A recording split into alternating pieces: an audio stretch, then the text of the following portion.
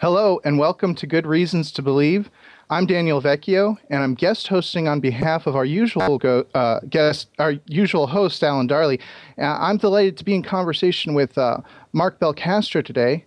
Marc is a friend whom I first met at the Evangelical Philosophical Society last year, and he was presenting his paper, Some Suggestions for Annihilationists, a response to Sean Bawowski. And I was impressed by his philosophical acumen.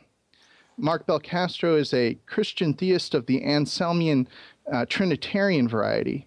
His primary philosophical interests include philosophy of religion and philosophical theology.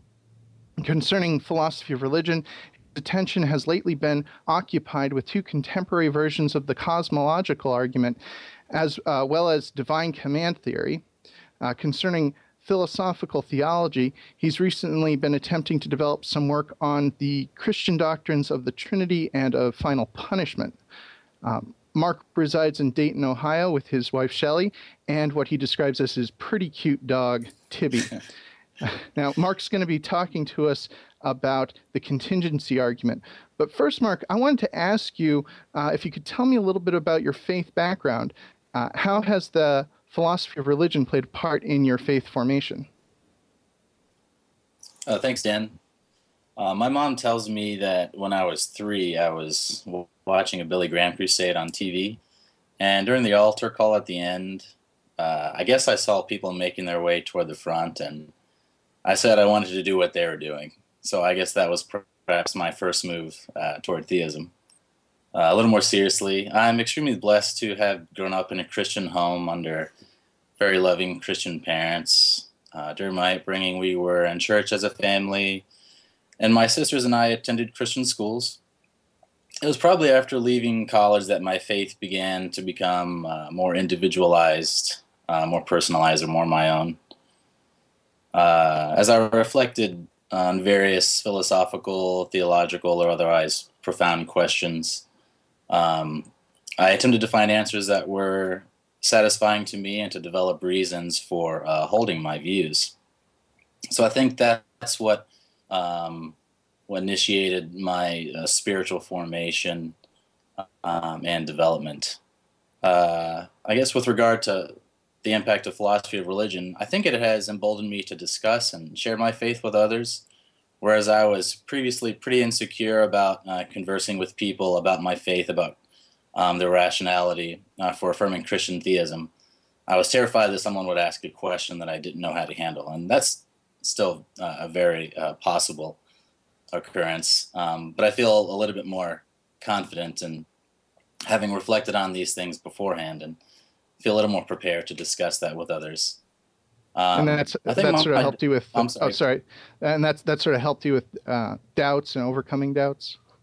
That's right. I still have to confess that I deal with doubts all the time, but I think that's what serves as the engine for further philosophical and theological pursuit and reflection. But it is, I think, enabled me to handle my doubts a little more competently, with some, positive influence from other Christian philosophers whose work I've read. So I think it has been a very positive impact on my faith. Excellent. Now, you tell me you're an Anselmian Trinitarian Christian, and I guess maybe that needs to be unpacked a little bit for the audience and for me. What do you mean by that? Sure. I'll take each piece in turn. By Anselmian, I mean someone who is, in a sense, thinking the thoughts of Anselm, the Christian philosopher and theologian from the 11th century. And Anselmian believes that God is an absolutely perfect, maximally great being, that God is the greatest possible being and the ground of all reality. A Trinitarian is one who affirms that monotheism is true, that God is one being, that he exists in 3 persons, each of whom are divine. And a Christian is someone, naturally, who affirms Christian theism and accepts the Christian worldview. Okay, well, I think that's pretty good, clear definition. So now, you're not going to be talking about Anselm's arguments today, but you're going to be talking about the contingency argument for God's existence. And That's so I guess I want to ask you, what do you mean by contingency, and how does this contingency provide us with reasons to think God exists? If you could unpack that. Yeah. When something is contingent, philosophers usually mean something like this. It's possible for it to exist, and it's possible for it not to exist. Or in other words, a contingent being exists in some possible worlds and fails to exist in others. In the context of the argument that we'll be talking about, a contingent being is one whose explanation lies outside of itself. And I think that using those resources, those concepts, we can develop an argument for theism. And I can formulate that argument very briefly, if that's all right. Sure, absolutely. I should also say that probably nothing or next to nothing that I say with respect to this argument is going to be original to me. I'm standing on the shoulders of those who are standing on the shoulders of giants. This particular formulation is one that Christian philosopher William Lane Craig advances in his work. And we can formulate it like this. Premise 1, everything that exists has an explanation of its existence, either in the necessity of its own nature or in some external cause. 2, if the universe has an explanation of its existence, that explanation is God. 3, the universe exists. 4, therefore, the universe has an explanation of its existence, and that explanation is God.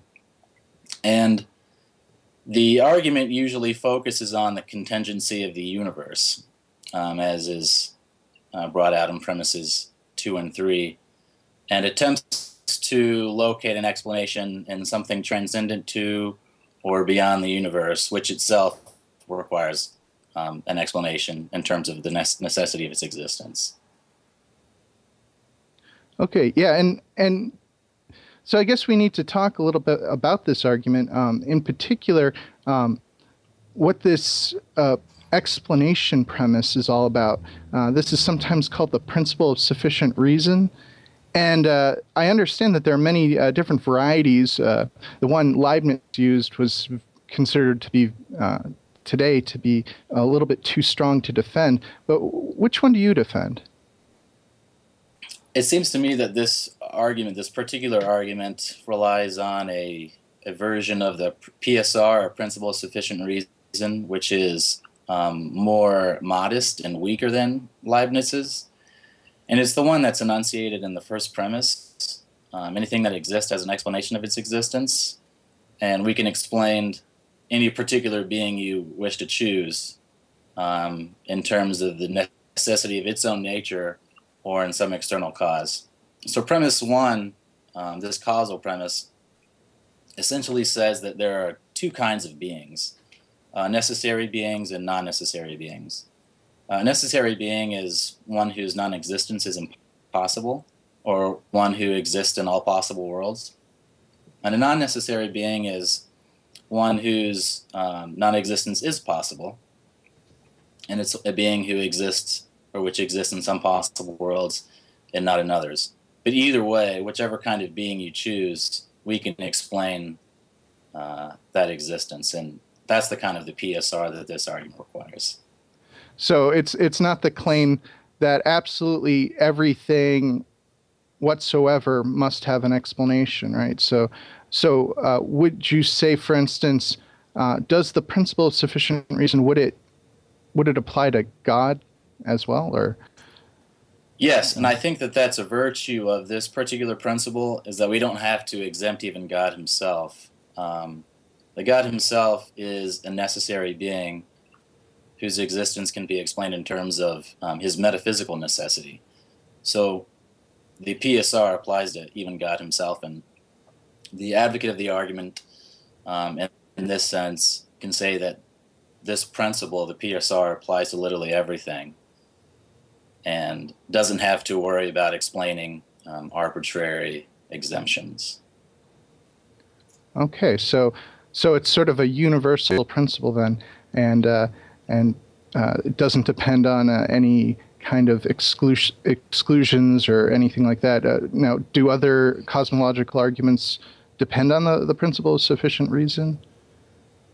That's a good question. I suspect that other cosmological arguments, like Craig's Kalam argument, depends on a different kind of argument, a different kind of PSR, one which might be expressed by saying whatever begins to exist has a cause. And so that's a little bit different than the one expressed in premise one of the particular argument we're discussing.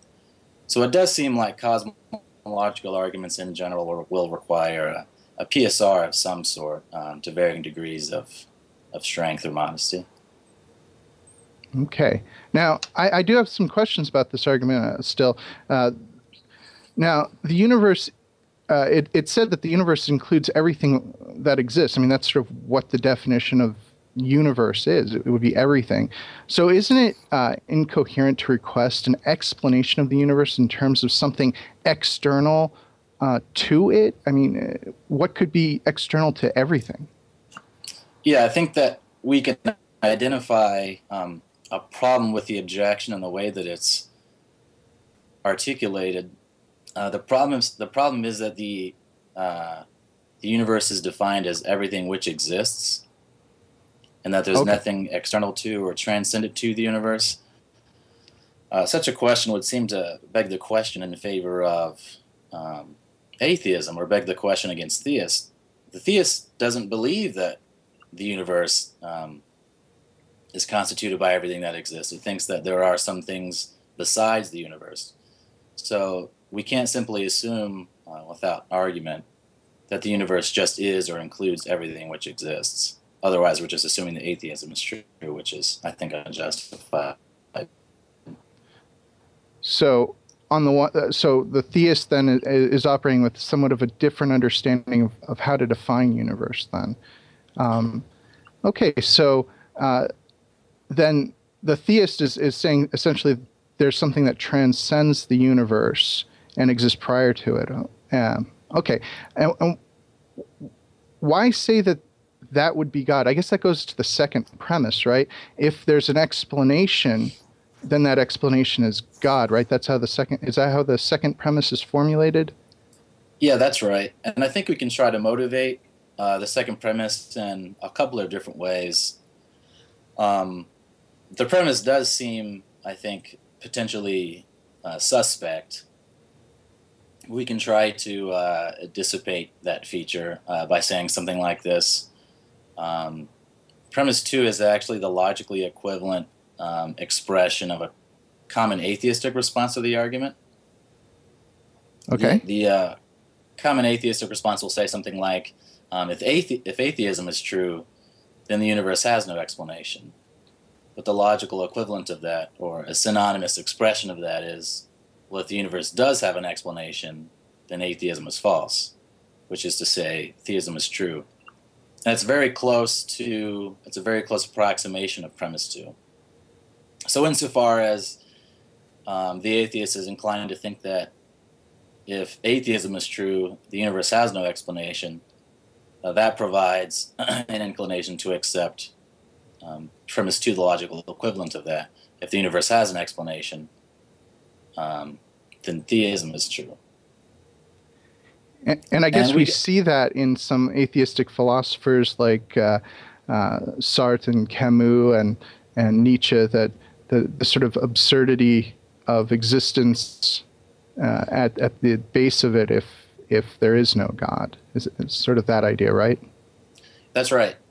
A second way that we could try to motivate the second premise is that God, or being very much like God, seems to be a suitable or plausible candidate to explain the existence of the universe. If the universe is all of physical reality, then a cause of the universe is going to be a non-physical reality with causal powers. And to use a line of argument that Craig advances, he says that in our philosophical discourse, the only immaterial beings that we normally make reference to are souls or minds, or abstract objects. And Craig suggests, well, abstract objects don't have causal powers.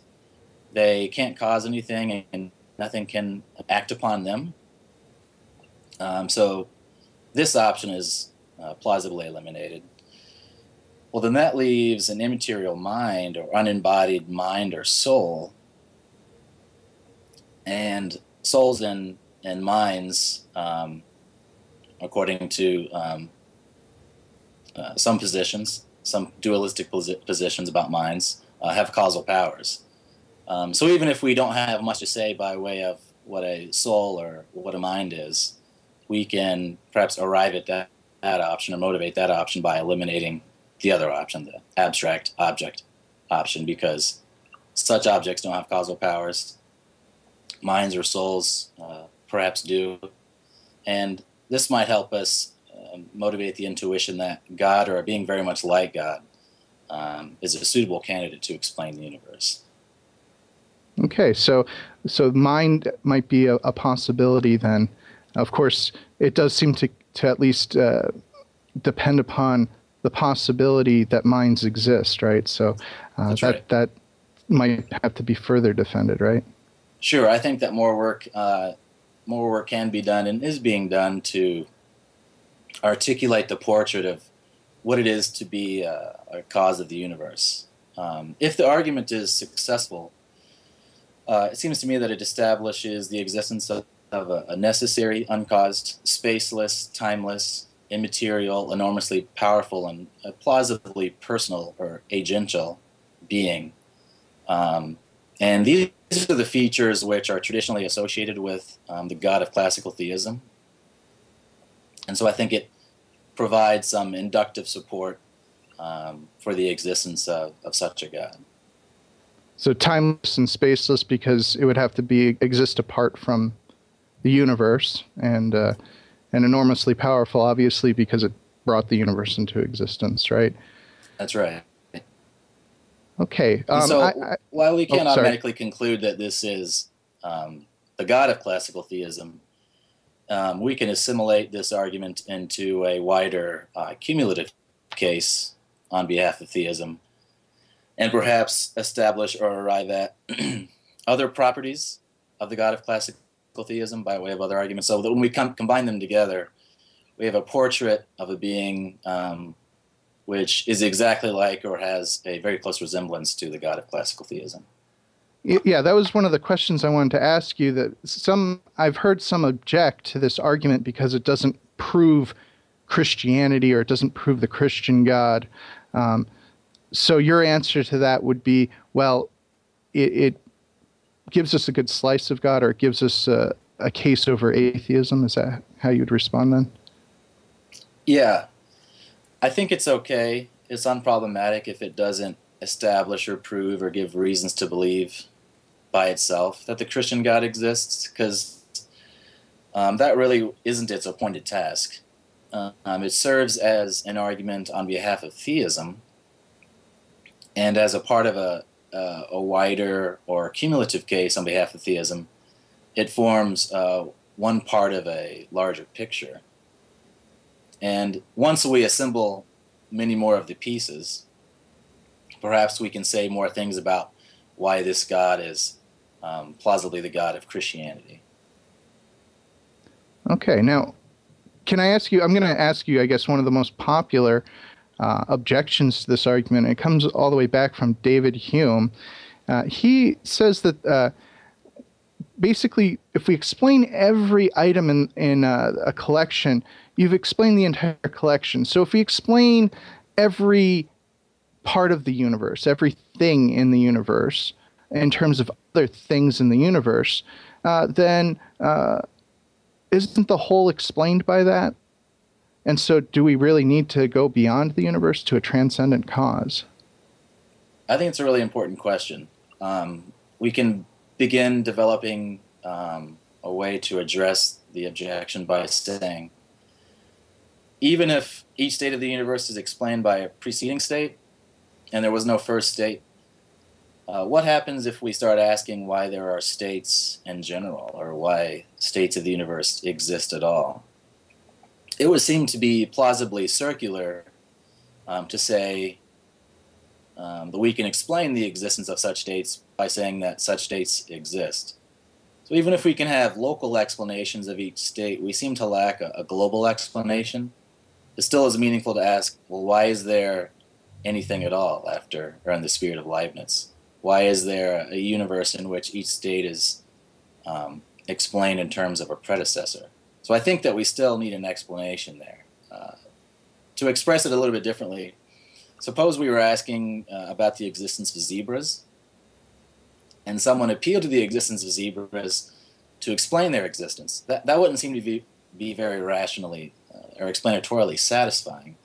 It may be circular, and even if it's not circular, we can say that it seems to be an inadequate explanation. We still are left with the question, well, why are there zebras in the first place? And with respect to the universe, we can ask, well, why are there states which have an explanation in terms of prior states? Why should such a thing go to the trouble of existing in the first place? Okay, I see. So it's a sort of almost a different sort of explanation being given. And, right. I think so. I think, might. I'm sorry. Go ahead, man. Oh no. So it seems that almost as though, in one sense, Hume's offering an explanation of proximate causes, but that isn't complete, and so we need to sort of also look at the whole, unless we honestly are going to say that wholes don't exist, that the whole universe isn't really a thing that exists, right? I think it's plausible to not regard the universe as an object over and above its constituent elements. Because once we've made reference to all of the particles in space, space-time, what else is there? Is there something like the universe that would encapsulate the whole as a single object or as a whole? But even if not, even if we just treat the universe as an aggregate of constituent elements, it seems to me still meaningful to ask, well, why do these things exist? And why do they undergo the events that they do, as Christian philosopher Timothy O'Connor asks? So the existence question still seems legitimate. Even if we can explain each piece in terms of a preceding piece, we can ask, well, why are there such pieces that behave like this? I see. So why can't we just claim that the universe just exists inexplicably with no reason at all, kind of just flat out deny that an explanation needs to be given, and just suppose that the universe is inexplicable? Wouldn't that be a simpler hypothesis than positing some sort of necessary being? Yeah. I'm sorry, Dan. Oh, sorry. No, wouldn't it be simpler or more simple to posit that the universe just came into existence for no reason whatsoever, rather than adding to that thesis some sort of necessary being? Wouldn't it be more parsimonious to just go with the universe? I think we could provisionally grant some explanatory simplicity there. But the quality of explanations have to be evaluated in terms of additional criteria like explanatory power. And the no explanation hypothesis would seem to utterly lack explanatory power. Furthermore, I don't see any reason that we should make the universe an exception to premise one without some warrant or justification. Why would we accept the premise with respect to every item in the universe and then suddenly, and I think arbitrarily, make the universe an exception? That would appear to be arbitrary. Alexander Proust, Christian philosopher at Baylor, calls this the taxicab fallacy, which derives its name from the idea that you can't simply dismiss the premise as you would a taxi when you reach your desired destination. Furthermore, I think that we appear to invite certain unpalatable consequences if you accept the possibility that things might just come into existence or just exist inexplicably.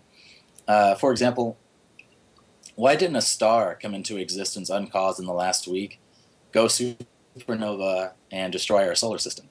Or Another example, why didn't ambient particles in my apartment just now suddenly coalesce to form a fire-breathing dragon, which I then had to slay in a heroic fashion? We never observe such things, and it's kind of curious that we don't if, in fact, the PSR announced in premise 1 is false. So I think that there are some dangerous and unsavory explanatory consequences which follow if we reject the premise, in addition to the fact that it seems arbitrary without further justification to make the universe an exception. And almost a little bit bizarre to try to come up with an exception for the universe to the PSR. And if you're going to give warrant for that, it's almost like you have to give a sufficient reason for why the sufficient reason wouldn't apply. And maybe that's not too problematic, but it just seemed paradoxical somehow to me. It would be paradoxical if the PSR is false. There would seem to be no explanation for why it's false, which is, I think, to my mind, fairly paradoxical. But our intuitions with respect to things, when we examine the world around us, we don't simply dismiss phenomena as inexplicable.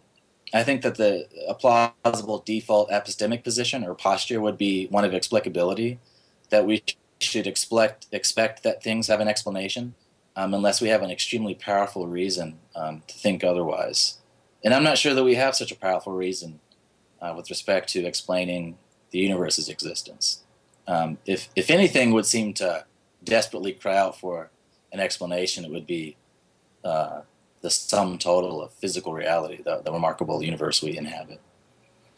Okay. So all right, then let's not reject the principle of sufficient reason as applicable to the universe, but why don't we just say the universe is necessary? So it does apply, the universe is necessary, it has to exist. Somehow non-existence is impossible, and so there has to be a universe. Good. I think we can address this worry in a few different ways. One would be to say that this seems to violate our deep intuitions that the universe may not have existed, or that the universe could have been composed of an entirely different collection of fundamental particles, or fundamental constituents of matter, or that could have contained slightly more or slightly less energy. But if that's the case, then it's false that the universe, or the fundamental constituents of matter, or the total amount of energy is necessary. We can also ask, well, why this finite number of particles, fundamental particles, or why this finite amount of energy? Physicists estimate that there are approximately 10 to the 80 particles in the universe, which implies that there's a finite amount of particles and energy. So it seems strange that there just happens to be this particular finite quantity of necessary beings. I think we can motivate our intuitions about the peculiar nature of this by appealing to a principle adapted from Christian philosopher Richard Swinburne. And that principle could be expressed by saying something like, with respect to quantities, it's simpler to suppose that we have a quantity of one or a quantity of infinity, that with respect to quantities, it's simpler to suppose that a given quantity in a state of affairs will be at its intrinsic maximum or its an intrinsic minimum. But for any finite quantity, it would seem to be arbitrary or just bizarre that there would be that particular quantity, 41 or 41 trillion, or in this case, 10 to the 80 particles in the universe. Why that particular amount? The alternative is theism, which postulates one being, which I think is, in our ontology, going to be simpler. What about the move to say a multiverse? Would that be a plausible? Maybe that's the necessary being, the multiverse? Yeah. Perhaps our universe is not the only one which exists, but we do inhabit a wider multiverse. I think this runs into an additional problem. both, among others, it seems to me, both fundamental particles and energy appear to require space and perhaps time in order to exist. So that seems to entail that space is a necessary being as well. That is, such particles and energy appear to depend on space for their existence, not in the sense that space causally explains their existence, but rather in the sense that space serves as a kind of necessary condition or existence condition for particles and energy.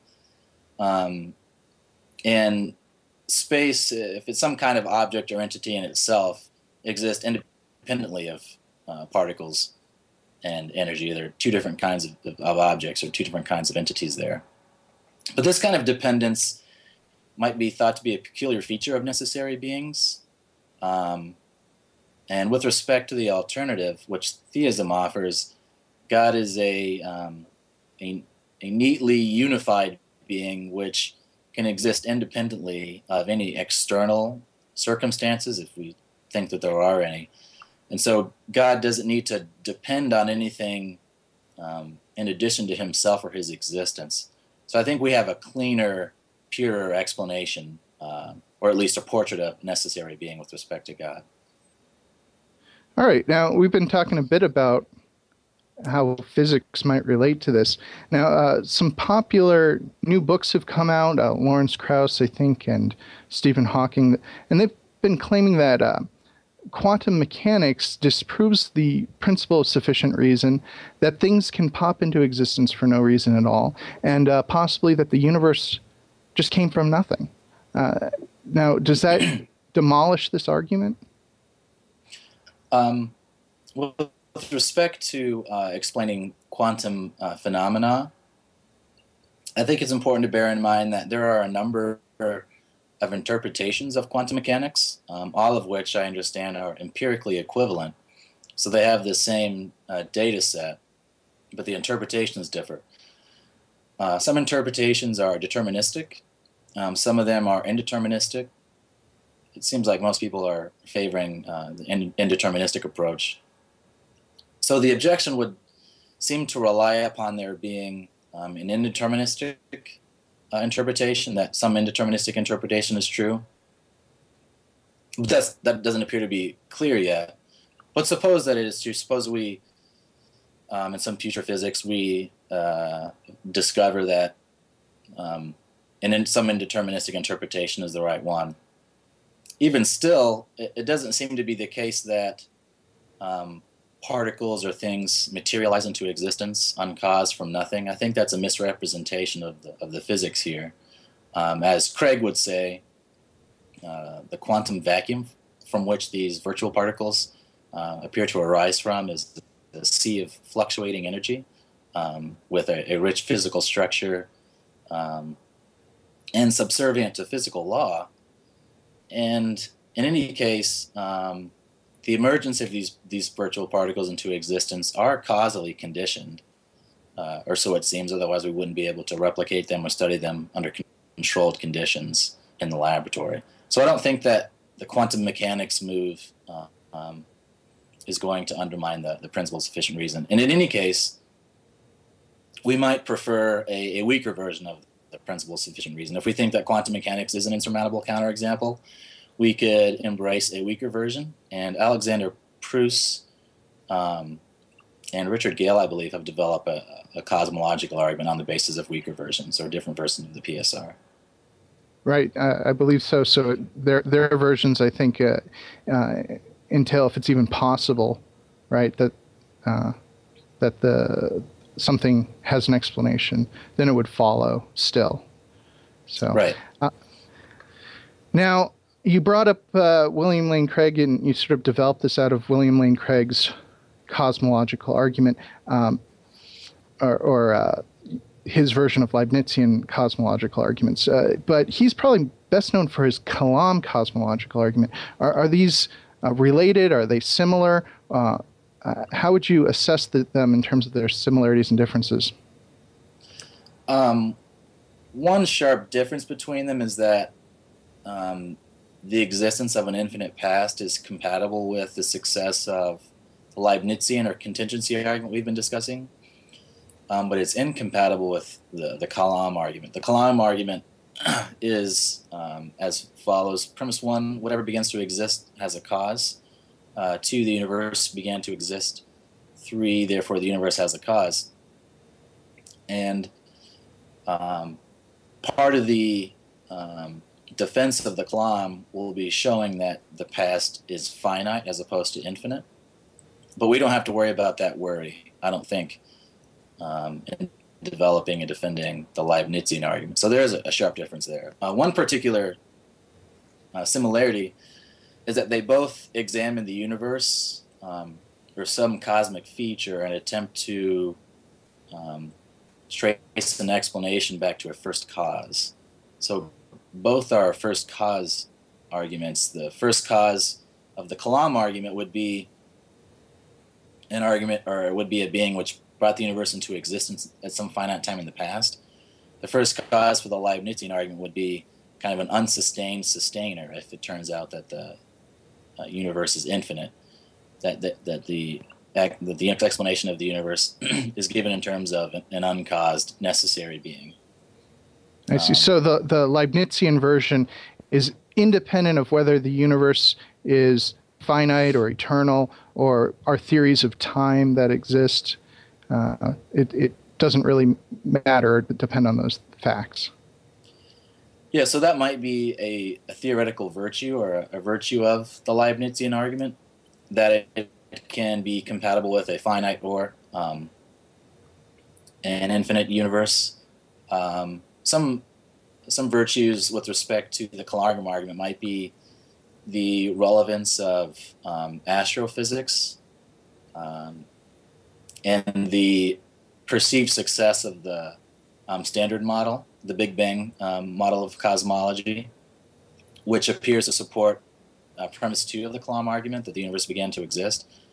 So any naturalist or atheist who's inclined to closely associate his or her epistemology with the deliverances of science will have very strong reasons for accepting premise 2 of the Kalam argument. Now, we do have some viewer comments, so I was wondering if you could address some of them. I'll ask on their behalf. Why is it any more reasonable to conclude that this universe came from a conscious being that's always existed than it is to conclude that this universe came from an unconscious matter that's always existed? Aren't both equally possible? I think we can begin by allowing for both to be equal possible or equal probable. We might try to give some reasons in favor of the conscious being explanation by saying we really have no experience whatsoever with that kind of explanation, with that kind of state of affairs. And we have more experience, more familiarity with conscious beings, which bring about causes and which appear to have causal powers. Going back to Richard Swinburne, he says that for any given phenomena, we can offer two kinds of explanations, the scientific explanation and a personal explanation. So, for example, suppose you walk into the kitchen and you see a pot of water is boiling. We can ask, what's the explanation for the water's boiling? A perfectly nice explanation might be, well, my wife is starting to make some pasta. And so she explains the water's boiling. That would be a personal explanation in terms of the intentions and will of a person or an agent. A scientific explanation might be, well, why is the water doing that? When we can explain that in terms of the laws of nature, the kinetic energy of the molecules, the pressure of the circumstances. But in the case of explaining all of physical reality, we have no laws of nature, nothing physical to account for that. So perhaps a scientific explanation is eliminated, or at least it seems to diminish its plausibility. Well, that would leave a personal explanation. And that would, I guess, favor the conscious explanation from the question. I see. And there's a second question that's kind of related to this. The viewer says, I don't think it's possible for something to come from nothing, but I do think it's possible for something to come from something, and I don't think that something needs to be intelligent in order for that to always, for it to have always been there.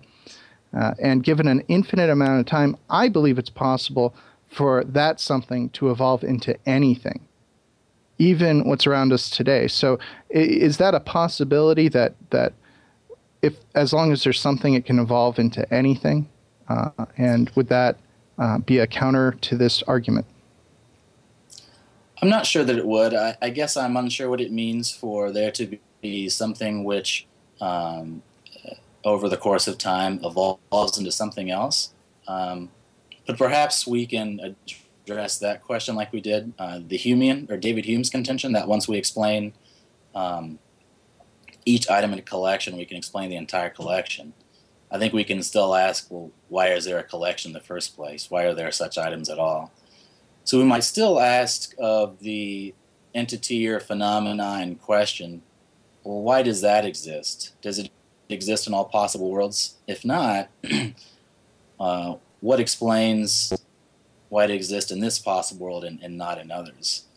And I don't think that we're going to be on good explanatory grounds if we just arbitrarily say, well, that doesn't need an explanation. I think that we're going to run into problems, as we discussed earlier. Right. Okay. So it just overall won't provide that sort of global explanation as you referred to earlier. Right. Okay. So I guess a sort of final question, and I sort of am gesturing towards Alan Darley. This is sort of a question he asked me when I was on a couple of weeks ago. He asked me, God is real because he produces real effects in people's lives. What real effects would you point to in your life or the lives of others? That's an excellent question.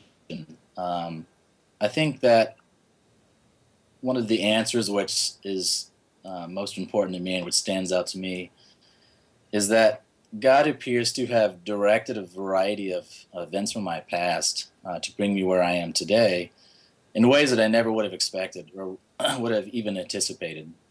One example might be from my college years. I was going to graduate in the winter semester and not in the spring semester, but some circumstances unfolded which inclined me to stick around for the second semester. So being there for the full year, I was able to turn a philosophy minor into a major, whereas I was just doing philosophy as a side interest, as a hobby. But then as Augustine said, I loved thee later, late how I've loved thee. I came to love philosophy late, but I don't think I would have come to love philosophy at all had those circumstances not taken place. Circumstances which were very unappealing to me at the time. But when I look back, there were instances of God's gracious orchestration of events to conspire to help me fall in love head over heels with philosophy. So I guess during the times when I was most frustrated with God, he was doing the things that were most important for my life and for my ambitions right now. Well, that's a beautiful testimony. And I think that for us, sometimes we who like to examine these philosophical arguments, if we become overly focused on these arguments, it sort of depersonalizes God. And you started out with this argument saying that God is a person. So I think that that's an important point to make. Now, I think we have time for one last question, a sort of follow-up to the boiling water point you made. Okay. So let me ask you this. In the example of the boiling water, you have a subjective experience that tells you there's an intelligent being who could cause the boiling water, namely your wife. In the case of the universe, I think you would first also have to have such a subjective experience, that is a personal encounter with an entity capable of creating the universe, in order to draw the conclusion that the universe was caused by anything other than scientifically explained phenomena. So do we need this subjective experience in order to conclude to this intelligent being? I think that the situation that I presented was used to illustrate there being two different kinds of explanation. So we don't need any particular example. That's just the one that I think that I stole from Craig in his work. But in any case, when we are attempting to formulate a scientific explanation, we typically formulate that in terms of the laws of nature and the initial conditions of the universe, or the physical states of affairs of the phenomenon in question. But in the case of the universe, or all of physical reality, we have no such recourse, and so it seems improper to embrace a scientific explanation. In any event, what kind of scientific investigation might yield an explanation for all of physical reality has an explanation. If we are only accepting the deliverances of methodological naturalism, I'm not sure we're going to be able to uncover that kind of explanation, or at least an explanation as modally robust as we would like to have. Okay, well, thank you, Mark, for letting me grill you for the past 45 minutes or so. I really Absolutely. appreciate you being a guest on the show. Thanks, Dan. All right.